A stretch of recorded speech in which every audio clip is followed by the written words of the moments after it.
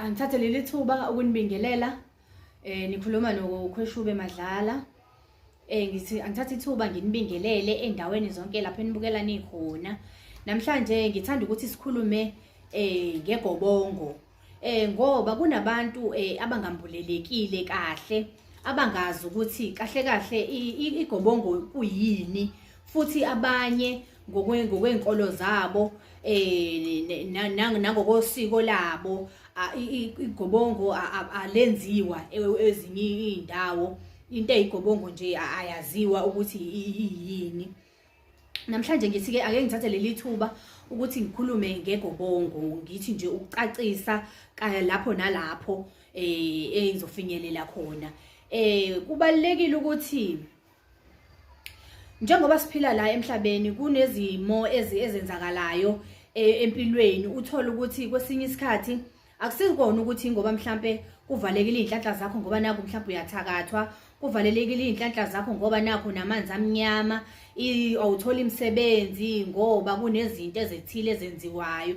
Kwesinye isikhathi uthola ukuthi izinto zakho zivalwe yilona iGobongo. iGobongo libalekile kakhulu. Angazi ukuthi ngingachaza ngalokho uhlobo ukuthi abantu bezwe ngempela ukuthi iGobongo linto ebaleke kanjani kumuntu. Kodwa kusibona bonke abantu abadinga iGobongo yilabo nalabo abasuke belidinga iGobongo, ekudingakala ukuthi balenze ukuze bavule izinto zabo. Ngoba ungathola ukuthi uyasebenzisa imithi yenhlanhla kodwa izinto zakho zivalekile. Uthola ukuthi wazala umbethe wambulwa kodwa futhi izinto zakho aziyiphambili. Mhlambe kukhona umuntu ekhaya, mhlawumbe uzalwa wena uma wakho mhlawumbe wayenesiphiwo noma ubaba wakho wayenesiphiwo sobungoma.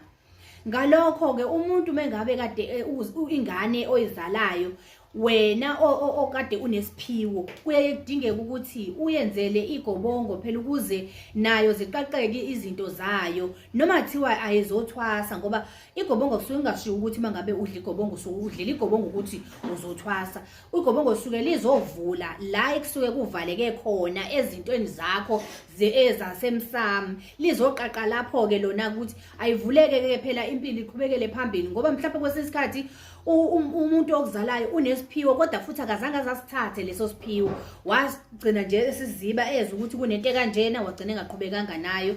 Lonto lokhu igcine kinamathele einganeni, kivala izinto zezingane zingayi phambili, kube ngazuthi kuyakhanya kuphinde kuqale phansi, izinto zingaphumeleli.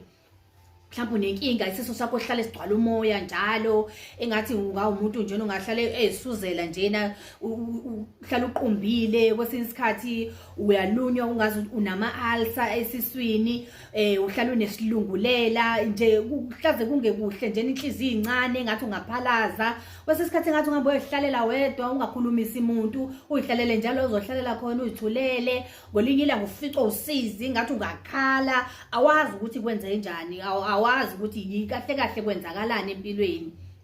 Uyafeza uthola umsebenzi, zonke izinto zakho azihambi kahle, ngisho mhlawumbe ingane iyafunda esikoleni izinto zayo zimnyama, ayikhoni nje ukuphumelela izintweni zayo.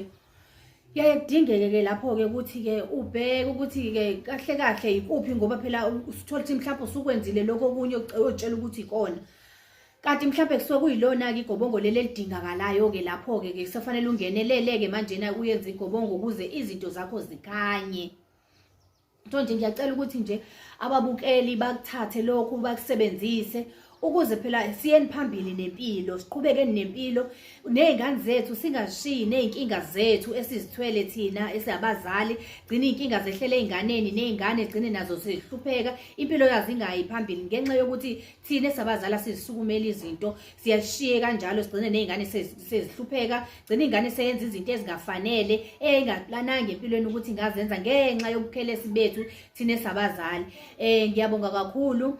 Inamba yami yona leyo lapha ezansi iyatholakala ku-WhatsApp, ku-Facebook. Ngiyacela nje ukuthi ni-like, niphinde ni-subscribe futhi. uMakhosi uKhwashube eMgababa. Ngiyabonga.